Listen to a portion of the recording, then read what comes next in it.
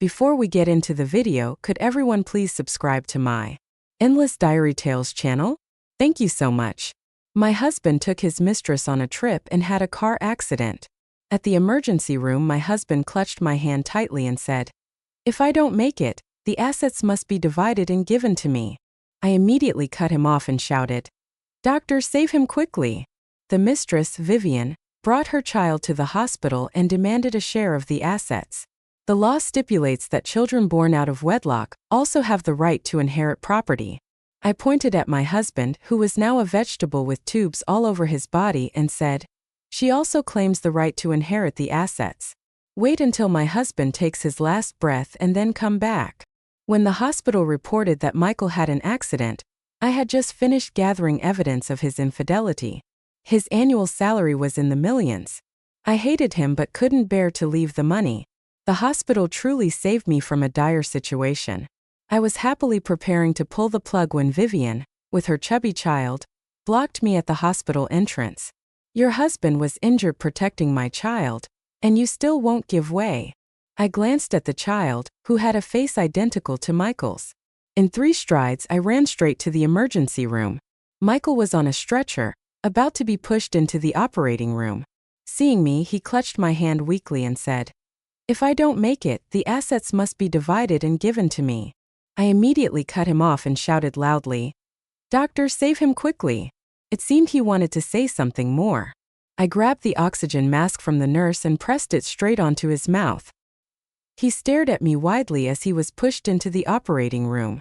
An hour later, the nurse came out and asked about the decision to treat the patient with severe brain damage.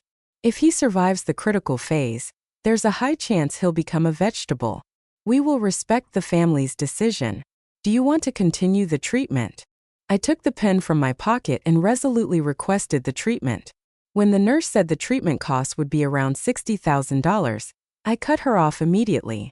My family is not short of money. The nurse looked at me with admiration and handed me the critical condition notice to sign. Finally, Michael was saved. Vivian brazenly brought her child into the hospital. "This property of Michael, my child, and I must have half of it. I won't quibble with you. Give me $5 million and consider it settled." I laughed coldly. "I have been married to Michael for 10 years. Who are you to demand money?" Vivian pushed her child towards me and said triumphantly, "The law stipulates that children born out of wedlock also have the right to inherit property." I sneered and pointed at my husband, who was still full of tubes in the hospital bed. "She also claims the right to inherit. Wait until my husband takes his last breath and then come back." The next day, I wore old and tattered clothes to the hospital and found the treating doctor. With tears in my eyes, I said, "Doctor, I really can't gather enough money anymore. Just keep my husband alive. Forget about the recovery." "Drugs," the doctor said. "The nerve nutrition drugs help the patient wake up. The chance of your husband's recovery is very high. It's really a pity to stop the treatment now." I hugged my face and sat on the ground wailing miserably. "I'm sorry to my husband. I've sold all the houses. I really have no other way." The doctor sighed and didn't advise anymore. He wrote the request in the medical record. I clung to the doctor's trouser leg and asked pitifully, "Doctor, can you change all the imported drugs to domestic ones? If not, I can't even afford the hospital fees." The doctor nodded reluctantly. I thanked him profusely and left the clinic. After that, I went to find the nurse. "Please move my husband to another room, the cheapest one available." The nurse frowned and moved my husband into a small, dark, and cramped room. I pretended to be distressed. "My family can't afford a private caregiver. Sharing care with many people is also fine." The nurse looked at me with sympathy and nodded in agreement. I looked at the moldy walls and the old, shabby bed, extremely satisfied, and then threw my coat into the trash can. The doctor said Michael wouldn't die immediately. It would take 1 or 2 years. I had to figure out how to transfer all the assets without the mother-in-law knowing. When the mother-in-law heard about Michael's accident, she cried and made a scene at my house. "Michael dared to openly have a mistress. It's all because of your teachings. You go around boasting that your son has the prowess of having multiple wives and concubines, which is a man's pride." I looked at her with disgust and focused on going to the hospital. "Is my son okay?" she asked as soon as she saw me. I casually replied, "He's a vegetable. The doctor said he won't wake up anymore." She immediately burst into tears, wailing and demanding to die with her son, but I was busy scheduling an appointment with the real estate agent to sell the house. I didn't have time to care about her. She clutched me tightly, demanding I take her to the hospital. As soon as we entered the small hospital room, she stared at me in disbelief. "My son earns more than $1 million a year. How could you let him stay here?" I sneered. "Your son spent all his money on women. The cost of the surgery was borrowed from my family." She trembled with anger and accused me of lying. "How could you have spent all the money on women?" I showed her the evidence of Michael's dissolute behavior on my phone. "Mom, your son didn't spend less. Even with a salary of over $1 million a year, it's not enough for him to burn through." She was left speechless and then glared at me. "Why did my son have an accident?" "It must be because you nag at him all day." I threw the police report at her. "Mother-in-law, you know who, right? She's the one who came to congratulate my son's birthday last time. Because he protected her, he almost died. If you want to kill someone, go after her." She punched the wall and wailed, "Michael, you've made me so angry." At that moment, the nurse came in and reminded us to keep quiet. She grabbed the nurse's collar and demanded to know when her son would wake up. The nurse panicked and ignored her, saying she had a mental illness, and then ran away. The real estate agent was very efficient.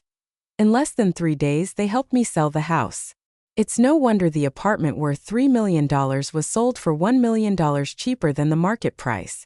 Fortunately, the buyer was my cousin. Behind her back, she compensated me with $800,000. Both sides were happy. When the mother-in-law found out I sold the house, she brought my brother-in-law and blocked the door, not letting me move out. "My son is not dead yet, and you dare to sell the house?" I fainted. "It's precisely because my son is not dead that I sold the house to save his life." The mother-in-law frowned and gritted her teeth. "If you were willing to save him, why did you sell the house? How many women has he been supporting outside you? You even wish for his early death." Indeed, women understand women best. She hit the nail on the head. I turned to the movers and shouted, "No moving today. I have to go to the hospital to pull the plug on my husband." The mother-in-law was so angry she almost fainted. "You dare to pull the plug? I'll fight to the death with you." I sighed helplessly. "Mother, your son spent all the money on women. You sold the house and you won't let me pull the plug? You even threatened to fight to the death with me? Well, you take care of your son." My brother-in-law, who had just heard this, immediately looked upset. "Mother, I'm just saying the savings still have a part for me. Don't use my money to treat his illness." My brother-in-law has always been like a monkey reincarnated.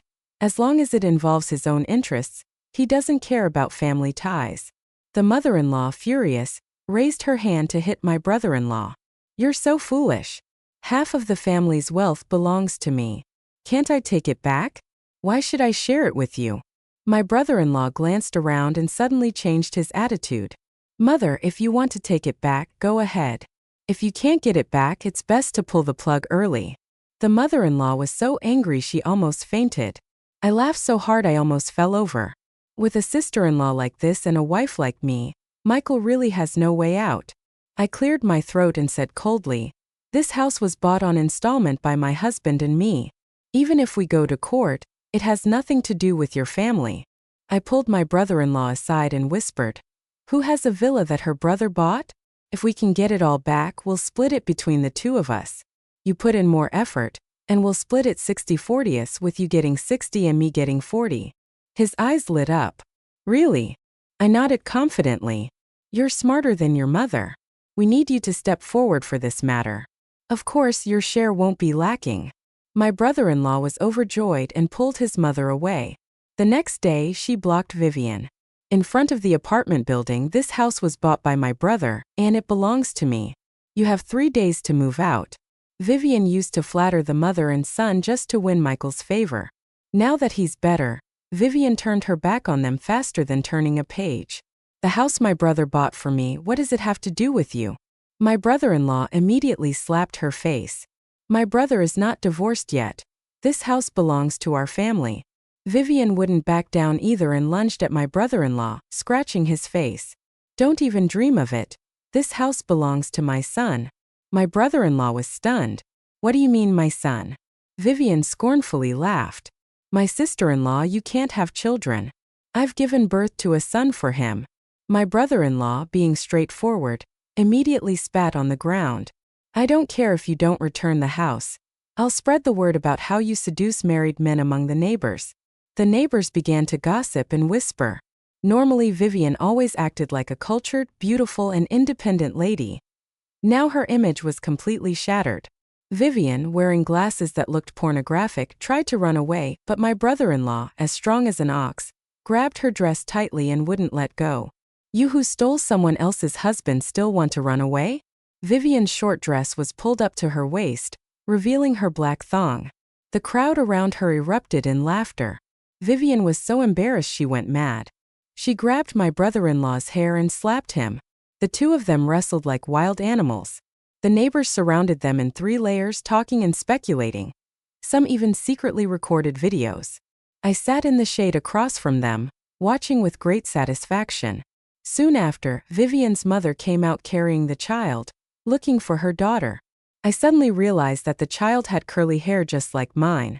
I was stunned. The last time at the hospital, Vivian had wrapped the child tightly, and today I could see the child's face clearly for the first time. In fact, he didn't look entirely like Michael. Could it be? I immediately remembered everything and woke up with a start. So that bastard Michael had tricked me.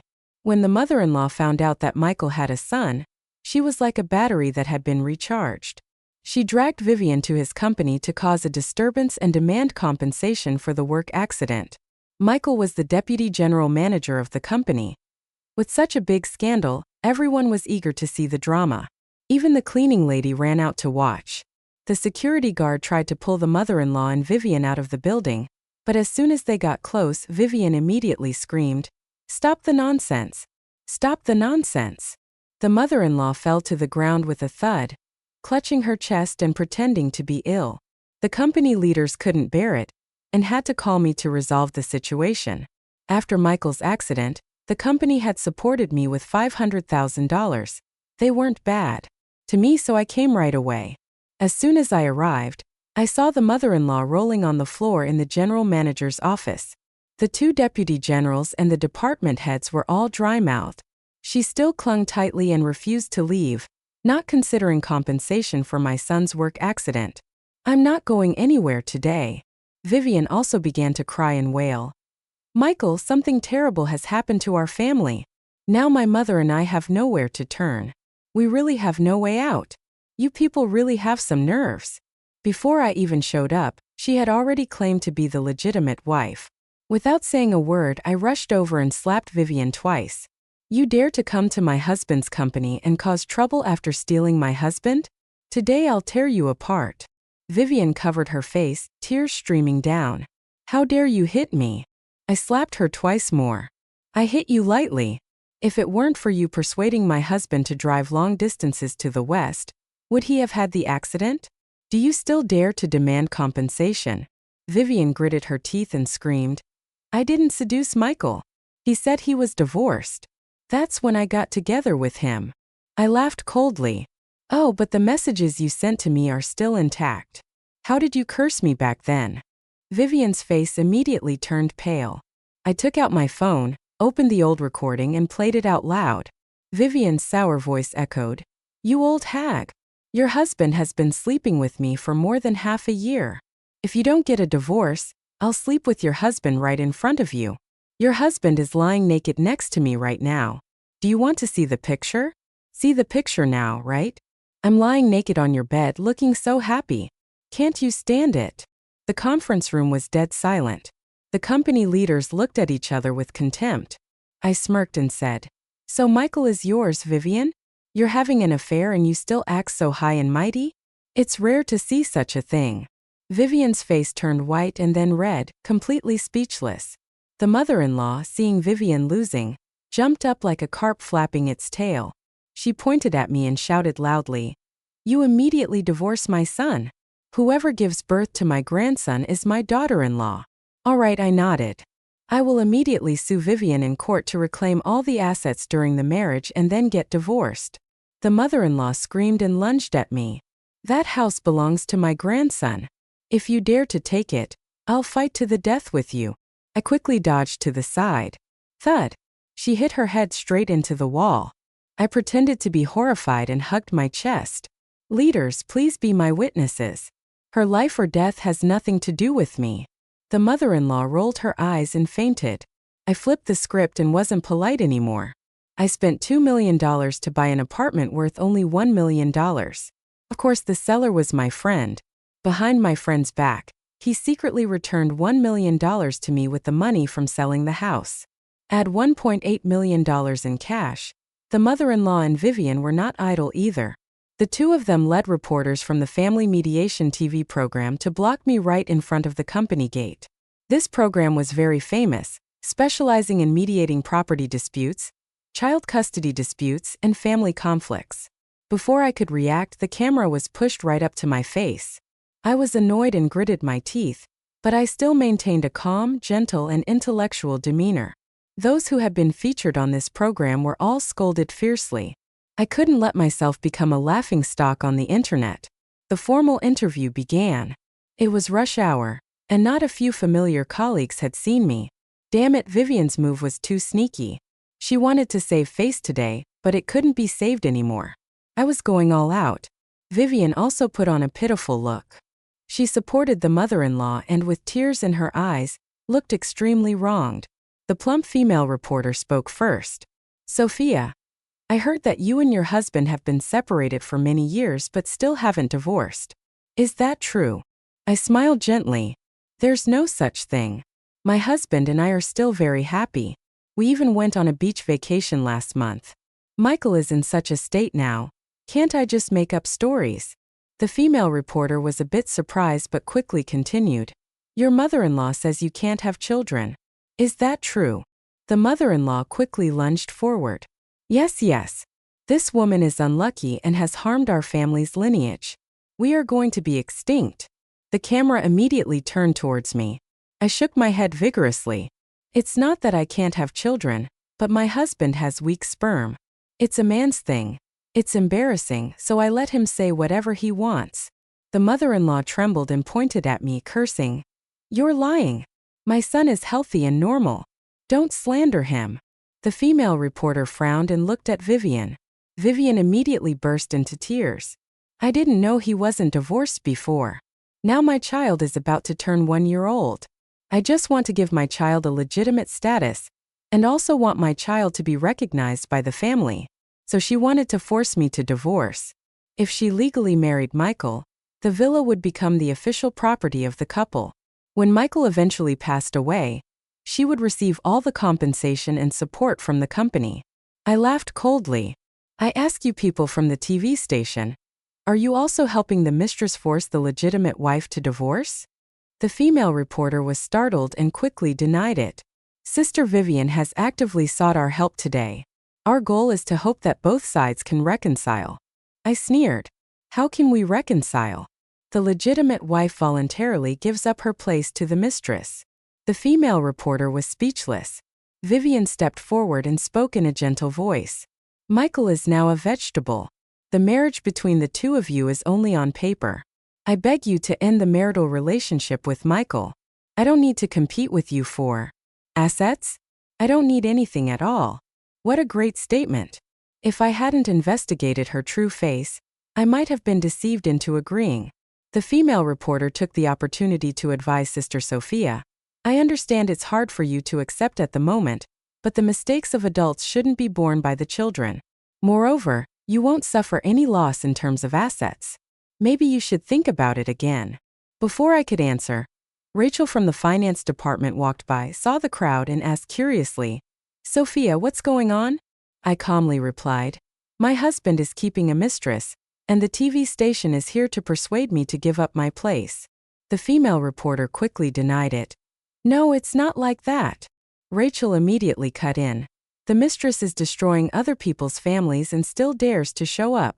You people in the media, don't you know how to convey the right values?" The female reporter quickly nodded in agreement. "You're right. We definitely won't support such behavior."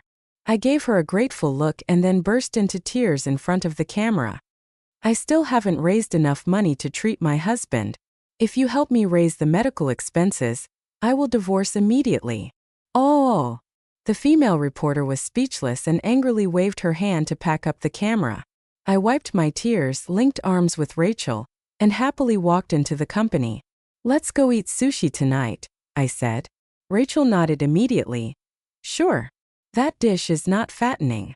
Vivian was so angry that she stamped her foot on the spot. I knew Vivian wouldn't let it go. I charged Michael's phone every day and kept track of Vivian's movements on social media.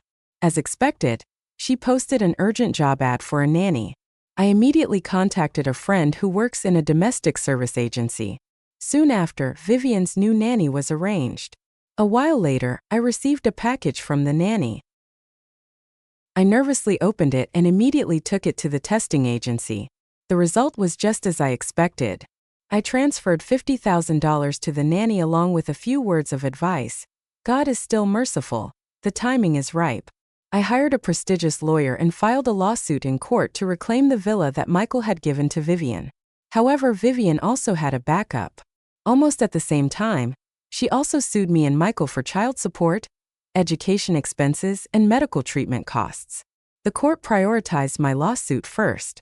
The mother-in-law, by some means, persuaded my brother-in-law to give false testimony. The mother and son both loudly claimed innocence for Vivian. Vivian calmly said that Michael had deceived her by saying he was single, and then raped her. The villa was compensation for emotional distress. My brother-in-law raised his hand, and on his wrist was the gold bracelet that Vivian had just given her. He loudly corroborated. My brother once took me to eat with Vivian. She didn't know anything at all. She was really deceived by my brother. My lawyer asked Vivian, "You said Michael raped you. When exactly was it?" Vivian was well prepared and immediately replied on Valentine's Day last year. I smiled inwardly and quietly handed a USB drive to my lawyer. Michael had a perverse hobby. Whenever I was away, he would bring women home to spend the night. I had long known that this marriage wouldn't last long, so I had installed tiny cameras in many corners of the house. By coincidence, on the day Vivian mentioned I was traveling in Tibet, Michael brought Vivian home. I stayed away for more than half a month. At the trial, the USB was opened and the images appeared on the large screen. Vivian was lying on my bed with my wedding photo with Michael above her. She was doing all sorts of seductive and shameless things. The lawyer of Vivian turned pale. My lawyer continued to present a series of other pieces of evidence. The chain of evidence was tight and indisputable. I took the opportunity to make another request. I want to sue Michael for bigamy. The mother-in-law sneered. My son is already a vegetable. Even if he is convicted of bigamy, what can be done? I placed a stack of documents right in front of her. Mother, even though I was once Michael's wife, I initially planned to use the money from selling the house to take him abroad for treatment. The mother-in-law's eyes lit up. She had a glimmer of hope. I made a clicking sound as I took back the documents, but then thought again. First, I should sue him for bigamy. The mother-in-law panicked. She shouted at the judge. I take back what I said earlier. I was wrong. The judge sternly warned that giving false testimony is an act that obstructs justice and violates the law. Seriously, if investigated, it could be subject to criminal punishment. The mother-in-law was about to kneel down right there. She trembled and confessed everything. I'm telling the truth. I'm telling the truth. Vivian is the mistress of my son. The villa was also bought with his money. The rape, emotional distress compensation, all of it is fabricated. We have both witnesses and evidence. The court immediately declared the villa contract invalid. Vivian had to return all the assets, but Vivian still made a fuss and refused to give back the house. I filed a petition for forced execution. Vivian was completely defeated. Vivian posted the court's judgment on social media and wrote a tearful complaint. Within a few days, two close friends of Michael spoke up on her behalf, demanding fairness. Sister-in-law, now that Michael is in such a sorry state and there is a child, you should leave a way out for the mother and son. I smiled gently. You mean Vivian can still use my money to wear gold and silver and live in a luxurious villa? If there is no such thing, they can't survive, right? David, who talked about righteousness, stood there and spoke nonsense. Sister-in-law, let go of the grudges between you and Vivian. After all, the child is innocent. I slammed my hand on the table. My husband has been sleeping with other women for years and hasn't given me a penny for living expenses. Not to tell me to let go of the grudges. Do you think I'm a Botus? UPA David still tried to persuade me. Sister-in-law, can't you be a little more compassionate and let the child suffer with Vivian? I was so angry that I pointed straight at his face. You still have the nerve to mention the child to me? My child has no one to love and pity. What does the child of the mistress have to do with me? The other one, Jack, spoke even less clearly than him. Sister-in-law, if you can't have children, do you want Michael to be childless? I grabbed a cup of tea and threw it in his face. Who said I can't have children? Is it my fault that Michael is sick and childless? David quickly stepped in to mediate. Sister-in-law, no matter what you say, you should think about Michael a little. If you give Vivian a step now, he will be grateful to you when he wakes up. I sneered. Michael is in such a state now, alive or dead. I don't expect him to be grateful, but I've heard enough of the dirty things from their group of friends. If any of you two care about Vivian so much, give her $1 million to help her out. Then at least you won't feel guilty when you sleep together later. David's face turned dark. He tried to keep calm. Sister-in-law, talking about righteousness, if you don't compete with Vivian for the villa, she won't sue for child support anymore. It would be better to resolve it peacefully, wouldn't it? I snorted. Good, how much is child support compared to my villa worth millions of dollars? I stood up and shouted loudly, don't play the gentleman with me.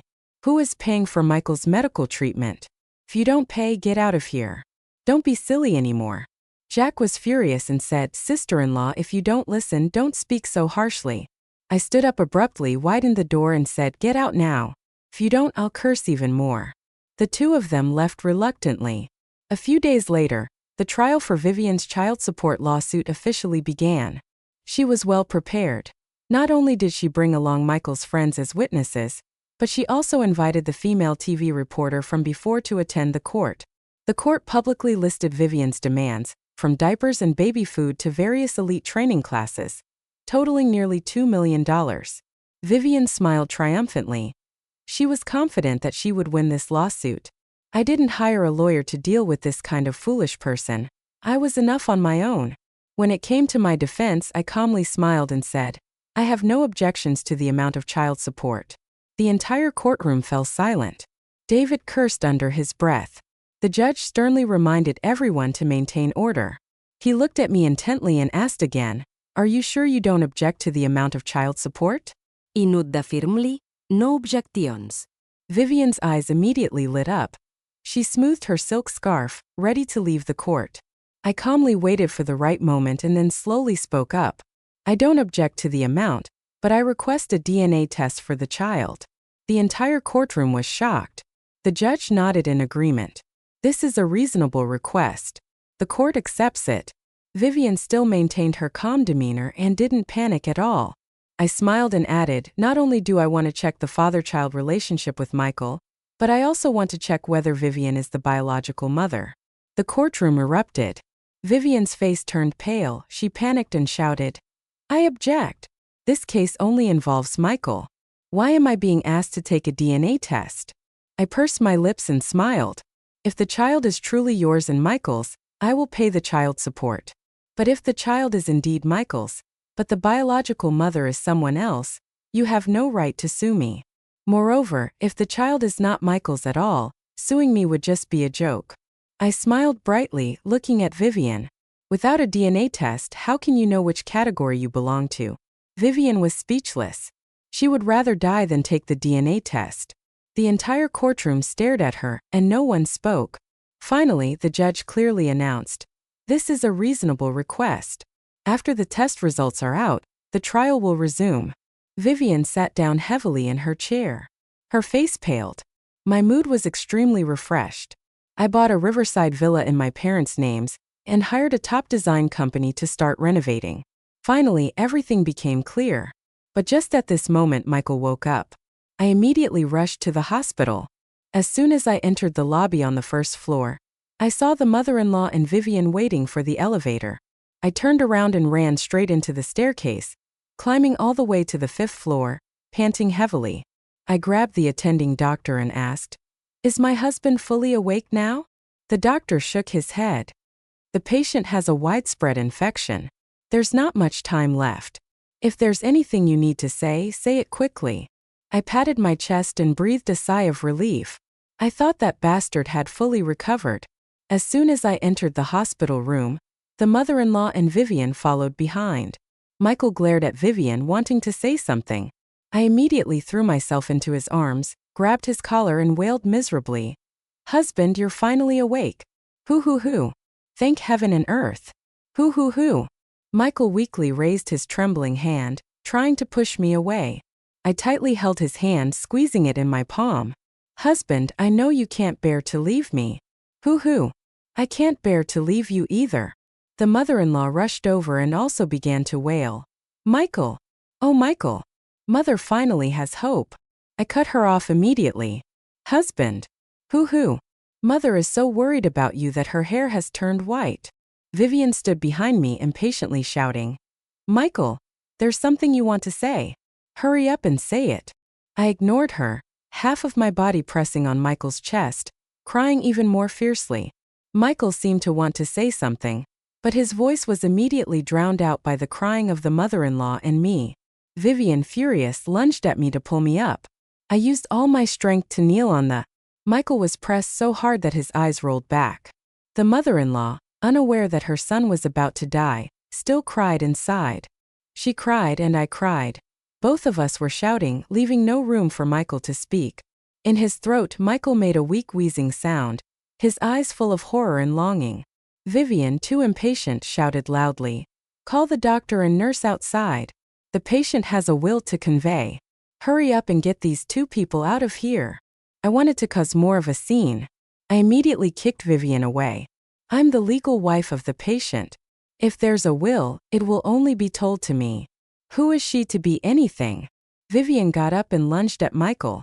Michael, I know you have something to say to me. Hurry up and say it." I pulled her away from behind my husband. "What does my husband have to say to you?" Vivian still clung tightly to Michael. I turned around and shouted loudly, "Hospital security! Are you all dead? Why don't you take this crazy woman out? If anything happens to the patient, we'll see you in court." The nurse rushed in and tried to pull Vivian away. She resisted frantically, shouting, "Michael, say it. You bought me a villa. Say it. How many people are here to witness? Damn it. Trying to play this trick on me. So no one needs to keep up appearances anymore." I leaned close to Michael's ear and whispered, "Vivian has been having an affair with David, and Jack, the wife of David, caught the adulterous couple in bed and is now filing for divorce." Michael's eyes widened. I continued to fuel the fire. I don't know if Vivian has gone crazy or something, but she even planned to send her son to an orphanage. Michael's body trembled. He glared at Vivian with hatred. Vivian still didn't realize it. She was still waiting for Michael to speak up and defend her. When she saw the look of hatred in his eyes, Vivian was stunned. Then she suddenly went crazy and lunged at Michael's neck. "You bastard! You didn't even leave me a will. After 3 years with you, I've got nothing left." I immediately moved aside to let her strangle him to death. The mother-in-law, terrified, rushed over to stop her. She accidentally stepped on the breathing tube of the heart machine. Michael's weak breathing became even more rapid. The nurse hurriedly shouted, "Get out of the way, both of you." But the mother-in-law and Vivian were still struggling, not listening. Less than a minute later, the heart monitor displayed a flatline. Michael was gone. Michael's funeral was held in the simplest way possible. I didn't even buy an urn for the ashes. I conveniently found a red tea box in the house, poured out the remaining tea dregs, and it just happened to be enough to use at the funeral home. The mother-in-law saw me holding a bright red tea box to hold the ashes. She clutched her chest and almost fainted. The funeral home staff tried to maintain a serious expression and guided me to pour the ashes into the tea box. It was indeed a bit small. I looked at the remaining ashes on the tray and waved my hand. "And forget it, just throw away the rest." The mother-in-law quickly shouted, "Who said to throw it away? Not a bit can be left." Reluctantly, I searched my bag and found a plastic bag that once held fried dough twists. "Then I'll put the rest here." The mother-in-law was furious. I hurriedly left. At this point, I couldn't leave the child with Vivian anymore. The nanny took the opportunity to carry the child away. After considering, I took the DNA test results to the police to register. Then I submitted the original to the court. A few days later, the court ruled according to the DNA test results. The child was indeed mine and Michael's. Vivian's lawsuit for child support was completely dismissed. Vivian had anticipated the failure, but she never thought the child would be mine and Michael's. In fact, I was also deceived for so many years. When Michael discovered his weak sperm early on, he discussed with me the idea of artificial insemination. I consented and tried a few times, but both attempts failed. Later, when he made a lot of money and started indulging in dissolute behavior, I gradually lost the desire to have children. I didn't expect he would secretly take my eggs and hire a surrogate. If it weren't for the child's curly hair inherited from my family, I would never have found out. Vivian completely collapsed. All the assets in her name were seized by the court for execution. After years of chasing a faithless man like Michael, she ended up with nothing. As for me, life became extremely comfortable. The ungrateful husband died early, and I didn't lose a penny of the assets. I also welcomed a chubby little boy into my home. Vivian's villa was sold for $3 million. According to the law, I received half of it. The remaining half was divided equally among my son, the mother-in-law, and me. Although the mother-in-law lost her son, having a grandson was some consolation. Despite my brother-in-law's crying and wailing, he still gave up his inheritance rights. I quietly transferred $500,000 into the mother-in-law's account. I am the type of person who, the more you compete with me, the more I will fight back. But if you don't fight for what you deserve, I will take the initiative to give. I moved into the new house with my chubby son. The nursery was decorated very beautifully. The boy's temperament was very similar to mine. Looking at the balance in my account and my son's lovely face, I felt that my life was finally complete.